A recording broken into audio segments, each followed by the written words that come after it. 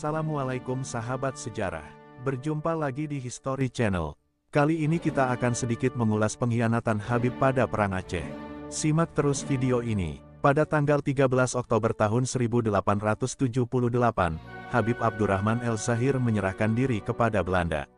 Dengan syarat dia akan menetap di Mekah dengan menerima uang atas tanggungan pemerintah kolonial Belanda, senilai $10.000 Amerika per bulan.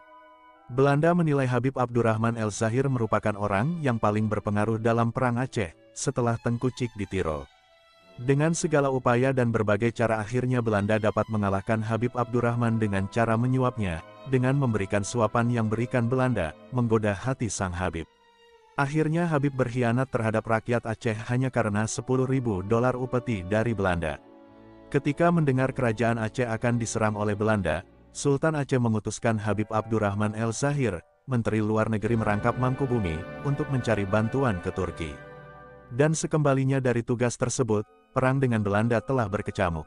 Habib Abdurrahman El-Zahir pun langsung terjun dalam berbagai pertempuran. Berbagai penyerangan terhadap Belanda dilakukannya. Dan pada akhir 1877, garis pertahanan Belanda mampu ditembusnya sampai ke Pantai Pirak, yang terletak di jantung kota Kutaraja. Karena situasi keadaan Aceh semakin genting, bulan Mei tahun 1978, di Kot Bada digelar musyawarah antar pimpinan Aceh, untuk menyusun rencana penyerangan terhadap Belanda. Sebulan kemudian, Juni tahun 1878, Habib Abdurrahman bersama pasukannya, menyusup melalui jalan gunung, dan menduduki wilayah Lepeng serta Gletaron.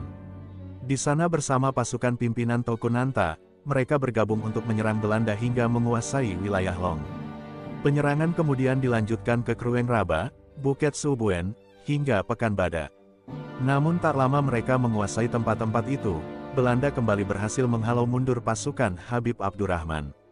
Dia bersama pasukannya kemudian bergerak ke arah timur, serta melakukan kontak dengan pasukan pimpinan Tengku Cik Ditiro di kawasan Montasik, yang juga sedang menyiapkan penyerangan ke Mukim 4. Namun rencana itu akhirnya diketahui oleh Belanda. Dan akhirnya Belanda pun kemudian menarik pasukannya yang ada di Aceh Utara ke Aceh Besar, untuk menghadapi pasukan Tengku Cik Ditiro dan Habib Abdurrahman. Pasukan Belanda kemudian melakukan penyisiran ke daerah Montasik di bawah pimpinan Van der Heyden.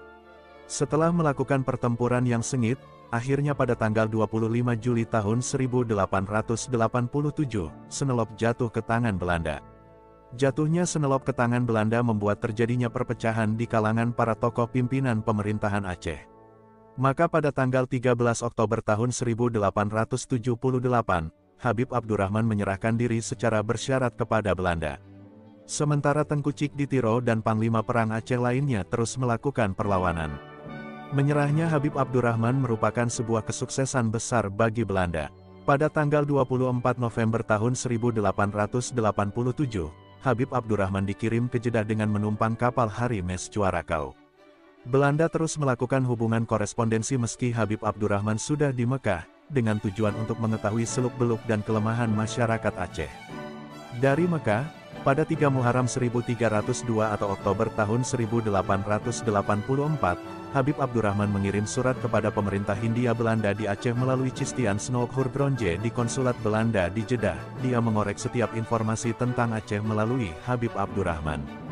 Namun meski tinggal di Arab, Habib Abdurrahman juga terus melakukan hubungan dengan para pejuang Aceh, melalui orang-orang Aceh yang melaksanakan ibadah haji setiap tahun. Dari sana pula dia memompa semangat pejuang Aceh untuk terus melawan Belanda, meski ia sendiri telah menyerah dan menerima sejumlah kompensasi ekonomi dari pemerintah Belanda. Dua sikap yang saling bertentangan, ibaratkan pisau bermata dua. Terima kasih sudah menyaksikan dan menyimak video ini. Mohon maaf kalau masih ada kesalahan dan kekurangan. Saran dan kritiknya kami terima dengan lapang dada demi kemajuan channel dan meluruskan sejarah ini apabila ada teori dan bukti lain yang bisa